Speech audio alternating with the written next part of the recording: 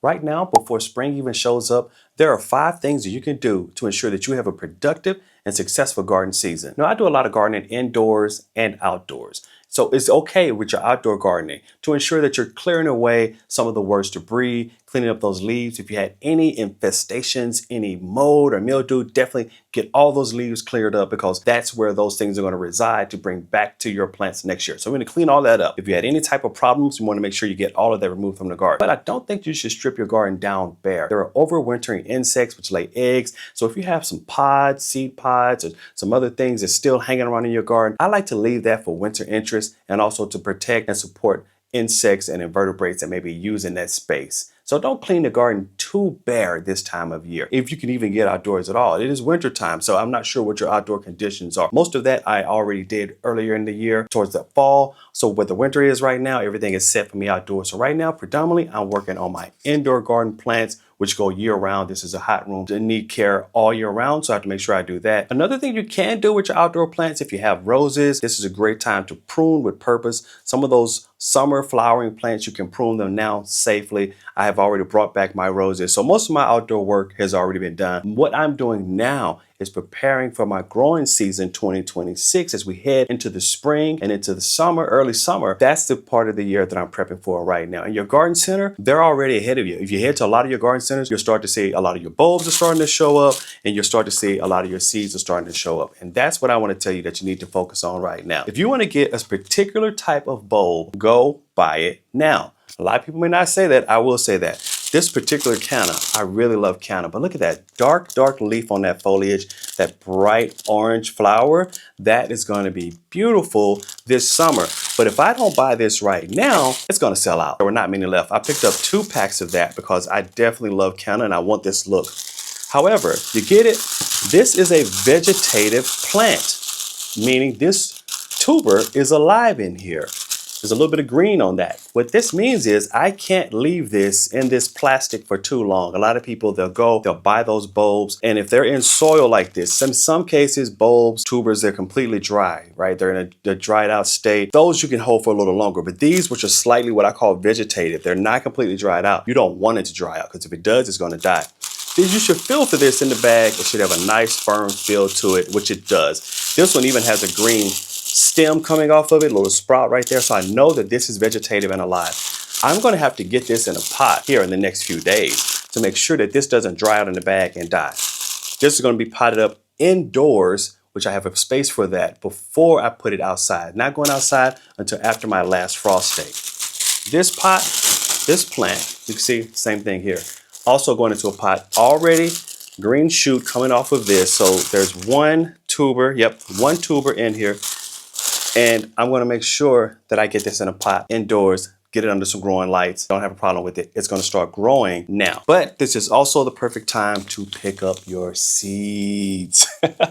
Some of the best things are going to go because those other gardeners, they're out there. They're on the prowl and they're looking for things that they want to add to their garden. You should already have a list. And if you don't, get you one now. That's another thing you could do. Think back to how your garden looked last year. Your ornamental flowers, your vegetables, your pruning shrubs, whatever you have. Did you like it? What do you want to add? This is a good time to go and pick those things up. You can find bare root roses this time of year. And if you don't want them delivered yet, you definitely can go and order them right now. But I'm picking up seeds. I love marigolds. And every year I try to grow a different type of marigold. So this is a really nice marigold red. That's a very simple name. It's a simple red marigold.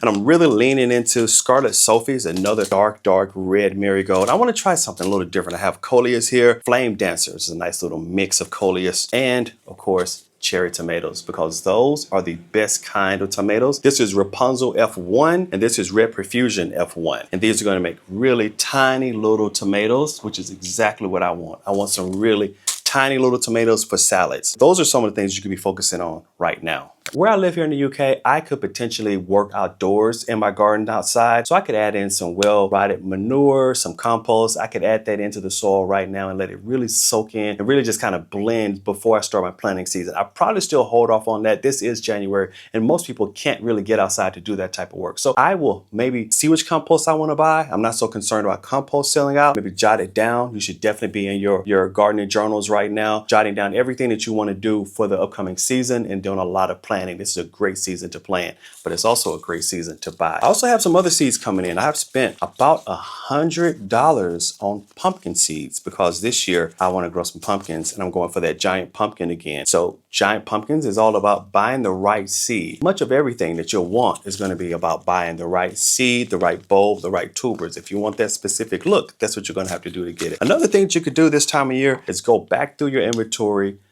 of all your shears, all your snips, and answer this question. Have they been sanitized? Because you know you can get busy during the year. You should sanitize these in between each plant. When you're cutting something, you should sanitize these. But if you haven't sanitized them, now is a good time to go back and sanitize. This one's a little sticky, so I may want to wash this. You can actually wash it and then maybe put a little bit of oil on this, bring it back so that when I get to this growing season, this will be productive for me. Won't be all gummed up, probably gummed up with a little bit of sap. Soak this in some hot water, take it out, dry it, oil it, and then sharpen it. So that's a good time of year to do some of that in your gardening. Work with your pruners, work with your shears, sharpen them, clean them, sanitize.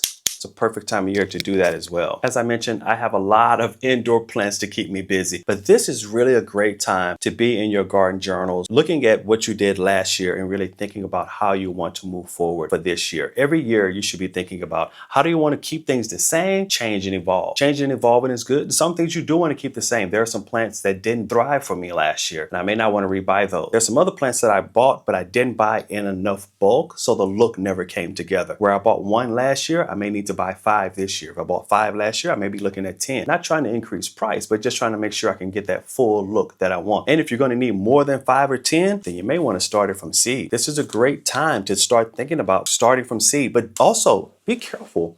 Look at when is your last frost date. I had this problem last year. I got excited and I planted some plants too soon. If you plant them too soon, even if you put them on the grow lights, there's not a lot of light right now. The days are still short here in the Northern Hemisphere, and you run the risk of having long, leggy plants. And that's what I had last year. I had some marigolds that got a little too leggy. I had some tomatoes that got a little too leggy, and it just wasn't a good look. So this year, I'm gonna be much more thoughtful and make sure that I start my seeds. I'm gonna look at the back of the package, which gives you a bit of an indicator of when you should start, but think about it specifically for your own growing season, your own growing area. When is your last frost date? Because many of these things, bulbs, plants, vegetables, they can't take that winter cold. So base it off of your last frost date, and that is when you want to 30 days, 45 days before that is when you want to get these seeds into soil packets. Now we'll talk about that in a different video, so be sure to like and subscribe so you can see those videos when they come up. I'm going to definitely plant these coleus, really small seeds, but I do love growing coleus from seed. They do really great for me. I have been growing marigolds since I was a child. I don't think there's any other plant that I've had grow as well from seed for me as marigolds. And tomatoes, phenomenal. They do really, really great as well. I'll cover these in more detail because I have a bit more tomatoes that I purchased at the end of the growing season last year. And then I think I also have some more marigolds. Marigolds, I love them as ornamentals. Also put them around my vegetables. I love their scent, fragrance. They also a little bit of insecticide, repellent, so to speak. They kind of keep the insects away. You plant some marigolds around your vegetables, they help you out a little bit in that regard. If you're not wanting to use any chemicals, throw some marigolds around your